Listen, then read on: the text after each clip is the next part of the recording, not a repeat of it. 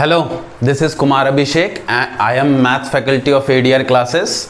ठीक है, आज मैं आया हूँ आप लोगों को एक 10th क्लास का रिवीजन पार्ट बताने के लिए। रिवीजन पार्ट में हम करेंगे आज BPT थ्योरम करेंगे, बेसिक प्रोपोर्शनेट थ्योरम। समझना ध्यान से। सबसे पहले ये जो BPT थ्योरम है, ठीक है, इसका नाम है बेसिक प्रोपोर्शनेट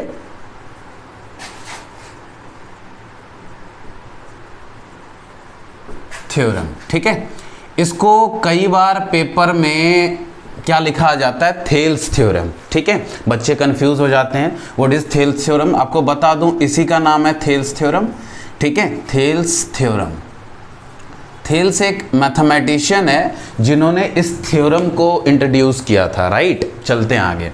देखना यहाँ पर सबसे पहले स्टेटमेंट क्या है, इसको आपको पढ़ना पड़ेगा। ये स्टेटमेंट आपको याद होनी चाहिए, क्योंकि पेपर में कई बार क्या आता है, लिख देगा कि बेसिक प्रोपोर्शनेट थ्योरम को प्रूव करो, कई बार बोल देता है थेल्स थ्योरम को प्रूव करो, और कई बार ये जो स्टेटमेंट लिखने जा रहा हूं ना, ये स्टेटमेंट आ जाती है वहां पर। ठीक है, स्टेटमेंट क्या है, अ लाइन इज, ये आपको भी याद होना चाहिए, a line is parallel to one side of a triangle, one side of triangle intersect other two sides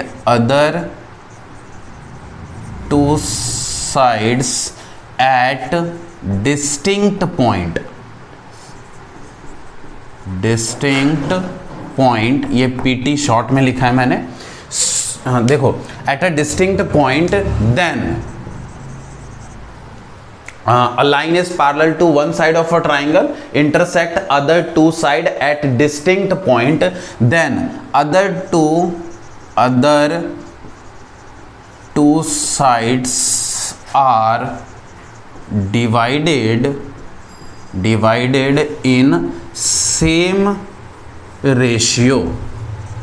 ठीक है, ये है थ्योरम के स्टेटमेंट। ये भी आपको भी याद होना चाहिए, बहुत इंपॉर्टेंट है, क्योंकि ये 4 मार्क्स में बहुत चांसेस आने के, स्पेशली 2020 के एग्जाम में, क्योंकि 10th क्लास के टोटल 6 थ्योरम्स हैं। ठीक है, 6 थ्योरम्स में बस यही थ्योरम्स बच गया है, बाकी सब रिमूव कर दिया गया है ड्यू टू आपकी क्लासेस कम हुई कोरोना के कारण।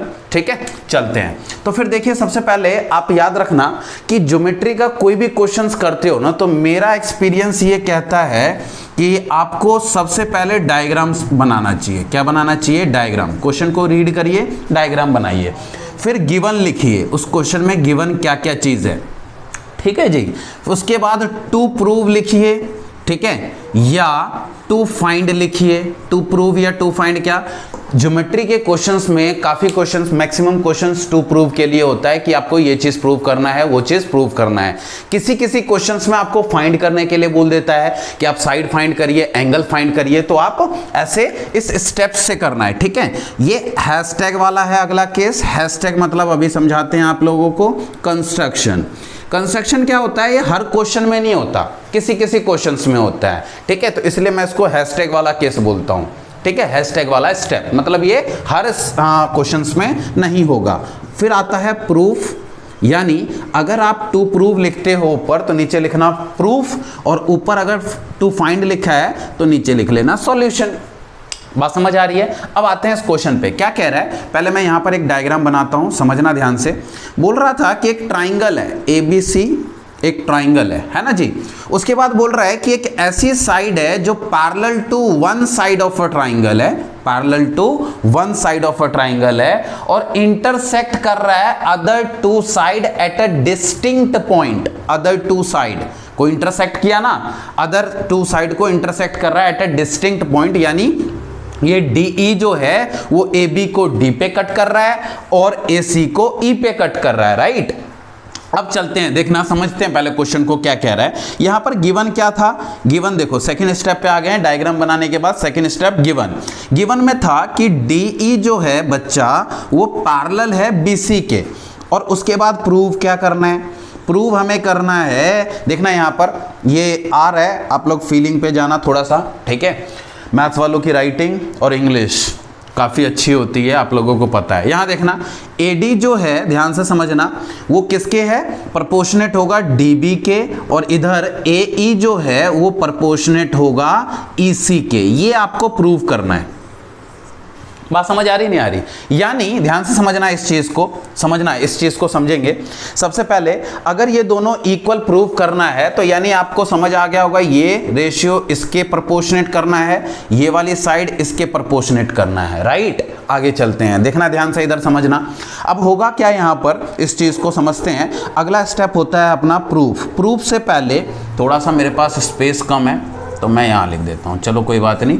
और उससे पहले हमें करना है इस क्वेश्चन में एक कंस्ट्रक्शन। कंस्ट्रक्शन में क्या होगा समझो। यहाँ पर मैं क्या कर रहा हूँ, एक परपेंडिकुलर ड्रॉ कर रहा हूँ, ठीक है। अच्छा एक चीज़ और, परपेंडिकुलर और मीडियन में डिफरेंस होता है, आपको बता दूं मैं, ठीक है। काफ़ी टीचर्स भी बता देते हैं कि परपेंडिकुलर मतलब होता है जहाँ पर आप परपेंडिकुलर डालोगे वहाँ पर दो बराबर भागों में बांटेगी। गलत जवाब, ध्यान से सुनना। परपेंडिकुलर का मतलब बस इतना होता है जहां पर भी वो गिरेगा वो परपेंडिकुलर। बात समझ आ रही है? परपेंडिकुलर मतलब होता है एल्टीट्यूड, हाइट। जिस भी साइड के ऊपर गिरेगा वो वहां पर वो 90 बनाएगा, डेड सेट, उससे ज्यादा कुछ नहीं होगा। मीडियन का काम ये होता है जिस भी साइड पे वो गिरेगा वहां पर दो बराबर भागों में, उस जिस साइड पे गिरेगा उस साइड को दो बराबर भागों में बांट देगा, 90 नहीं बनाएगा। बात समझ आ रही नहीं आ रही? बस एक इक्विलेटरल ट्राइंगल एक ऐसा ट्राइंगल होता है और आइसोसेलेस के ऊपर के दो साइड अगर बराबर है तब मीडियन और दूसरी चीज जो परपेंडिकुलर होता है, ये दोनों मीडियन एंड परपेंडिकुलर, ये दोनों एक ऐसी साइड होगी जो परपेंडिकुलर बाइसेक्टर का काम करेगी।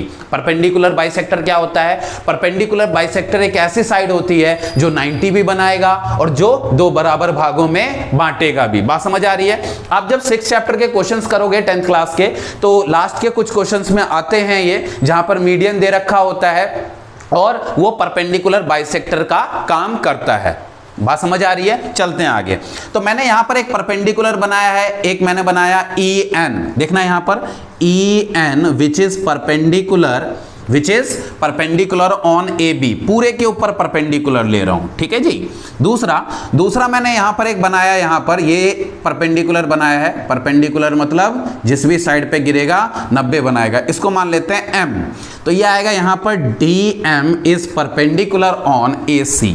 DM is perpendicular on AC। चलिए प्रूव करते हैं थोड़ा सा। ये अगर आप लोगों को कुछ नोट करना हो तो पॉज करके नोट कर लेना, ठीक है। मैं थोड़ा सा ये मिटा देता हूं, ठीक है, थोड़ा मेरे को स्पेस चाहिए। चलिए देखेंगे, यहां समझो, इस चीज को समझेंगे ध्यान से। सबसे पहले अगर मैं और क्या कर रहा हूं, इसको अपनी मर्जी से ज्वाइन करा देता हूं, इधर ये भी ज्वाइन करा देता हूं, ठीक है जी। सबसे पहले मैं यहां देखना प्रूफ क्या करना है उसको समझते हैं। AD अपॉन में DB चाहिए, AD अपॉन में DB चाहिए। तो मैं दो ट्राइंगल ले रहा हूं, देखना यहां पर ट्राइंगल ले रहा हूं मैं, कौन सा? ADE, एक तो ट्राइंगल ये ले लिया और दूसरा ट्राइंगल ले रहा हूं मैं DBE। देखो यहां पर दूसरा DBE, इन दोनों का क्या निकालूंगा बच्चा? एरिया।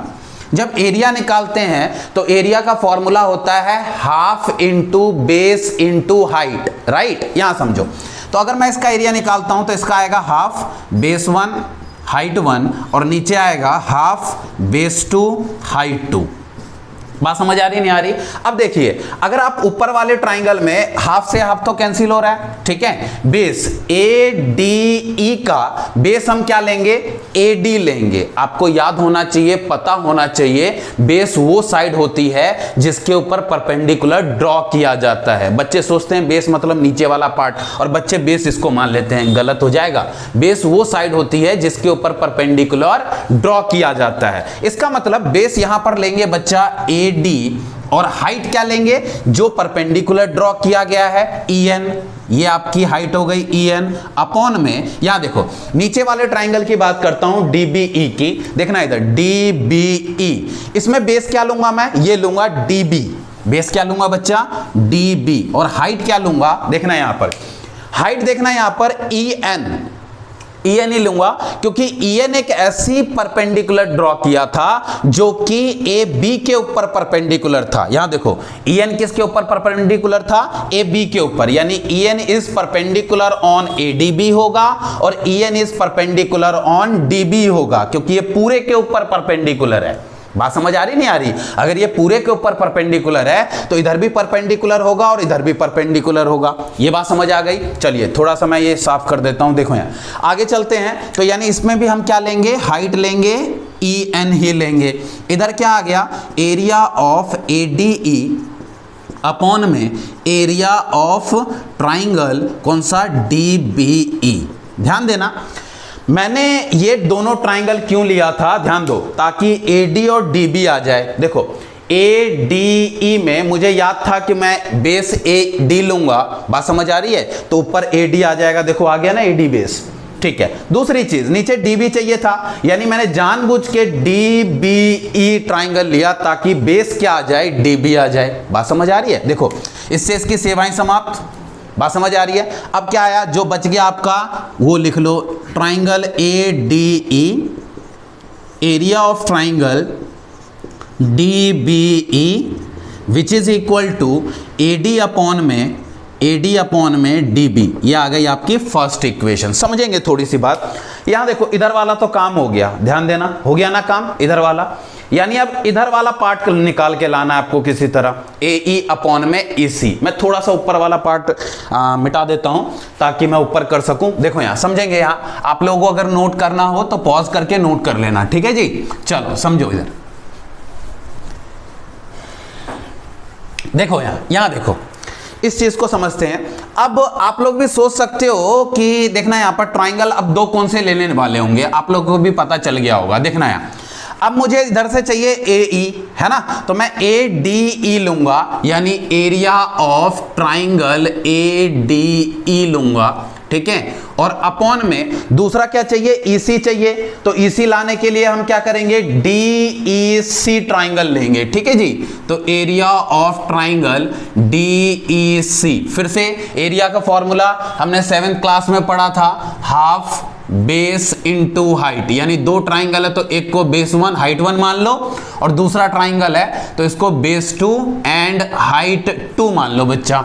ये बात समझ आ रही है? हाफ से हाफ की सेवाएं समाप्त। अगेन बात समझ आ रही नहीं आ रही? ठीक है। अब होएगा क्या यहां पर देखना, एरिया ऑफ ये आएगा triangle ADE is equal to, और नीचे आ रहा है एरिया ऑफ ट्राइंगल DEC, ठीक है। यहां देखो बेस अब क्या लेंगे यहां पर? AE। बात समझ आ रही है? AE आएगा बेस, चलिए AE आया बेस, और हाइट क्या लेंगे? देखना AE के ऊपर जो परपेंडिकुलर होगा वो आपकी हाइट होती है, तो क्या है यहां पर? DM इज योर हाइट, यानी DM आपकी हाइट होगी। और देखो यहां पर नीचे, अब यहां पर दूसरा है ECD, तो इसमें EC is your base, EC क्या है आपका? EC बेस है। और हाइट क्या लेंगे? हाइट देखो मैंने आपको क्या बताया था, जो हमने यहां पर परपेंडिकुलर माना था वो DM is perpendicular on AC माना था, राइट? अगर AC मानते हो तो DM is perpendicular on AE and EC, both दोनों के ऊपर होगा ये परपेंडिकुलर, तो यानी यहां पर आ गया DM। इससे इसकी सेवाएं समाप्त। अगेन बात समझ आ रही है? आगे चलो, देखो यहां area of triangle ADE upon में area of triangle DEC which is equal to AE upon में EC। ये आ गई आपकी सेकेंड इक्वेशन। बात समझ आ रही है? देखो अब काम क्या है, हमें ध्यान से सुनना, ये वाला पार्ट और ये वाला पार्ट बराबर करना है, राइट? यानी ये वाला पार्ट और ये वाला पार्ट बराबर करना है। अगर इसको और इसको बराबर करना है तो इसको और इसको बराबर करना पड़ेगा, हाँ या ना? देखो इन दोनों को बराबर कैसे करेंगे? इसमें देखना ऊपर वाला पार्ट ADE है और नीचे भी ADE है, इसमें भी, यानी ऊपर वाला पार्ट ऑलरेडी बराबर है, राइट? यानी किसी तरह अगर मैं ये और ये बराबर कर दूं, बात समझ आ रही नहीं आ रही? ये और ये अगर इन दोनों को बराबर कर दूं तो ये पूरा पार्ट ये पूरा के बराबर हो जाएगा। तो तुमने तो बोला था ये इसके AE अपॉन में EC के इक्वल है, और this area is equal to AD upon में DB के इक्वल है। अब तुम कह रहे हो ये और ये बराबर है, तो ये दोनों भी इक्वल हो जाएंगे। इजी है, समझते हैं थोड़ा सा इन दोनों को इक्वल कैसे करेंगे। मैं देखो यहां पर करता हूं, ठीक है। एरिया ऑफ क्या है यहां पर, देखो इसका नाम है डीबीई, ट्राइंगल डीबीई, और is equal to area of triangle DEC. ये दोनों एरिया क्या होगा, इक्वल होगा। इसको मैं थर्ड इक्वेशन मान लेता हूं। अच्छा, तुम कह रहे हो कि ये इक्वल मान लिया, ऐसे कैसे मान लिया जी, कुछ ना कुछ तो रीजन देना पड़ेगा।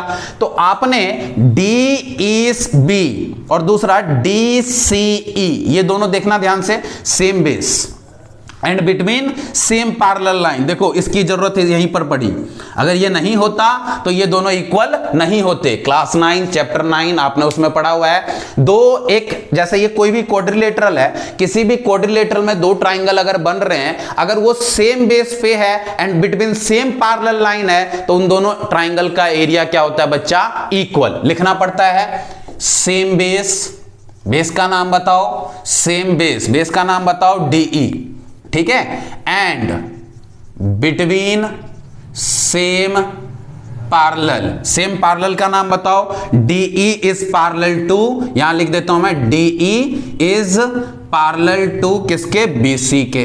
बात समझ आ रही नहीं आ रही?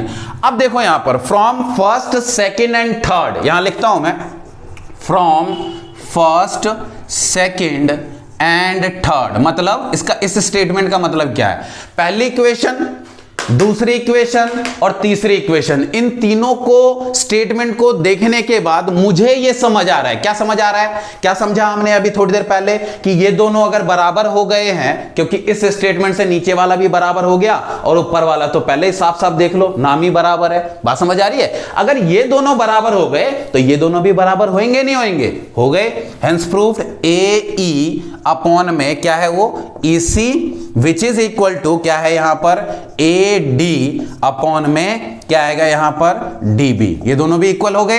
बात समझ आ रही है? ये क्वेश्चन 4 नंबर में आता है बच्चा, बता रहा हूं मैं पहले ही, और 2020 में इसके आने के चांसेस बहुत ज्यादा बढ़ चुके हैं, क्योंकि एक अकेला थ्योरम है जो आपके सिलेबस में है, बाकी सब तो हटा ही दिया।